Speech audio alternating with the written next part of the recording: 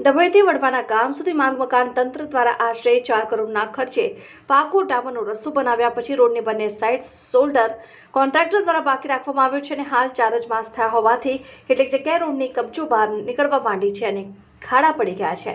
ઐતિહાસિક વડવાના તળાવમાં પક્ષીઓ નિહાળવા પ્રવાસીઓ પણ વાહનો લઈને આવતા હોય છે અને દૂધ લેવા આવતી ટેન્કર જેવા વાહનો માટે પણ નુકસાનકારક બની ગયેલ છે। ડભોઈથી વડવાના ગામ સુધી 4 માસ પહેલા માર્ગ અને મકાન તંત્ર દ્વારા આશરે 4 કરોડના ખર્ચે પાકો ડામરનો રસ્તો બનાવ્યા પછી આજ સુધી તેને મરામત કરવામાં આવી નથી અને રસ્તાઓમાં મોટા ખાડા પડી ગયા હોય તથા રોડની બંને સાઈડ ઉપર શોલ્ડર કરવામાં આવ્યા નથી। કોન્ટ્રાક્ટર દ્વારા પ્રખ્યાત વડવાના સિંચાઈ તળાવ ખાતે પ્રવાસીઓ પક્ષીઓને નિહાળો આવતા હોય બાળકો ડભોઈ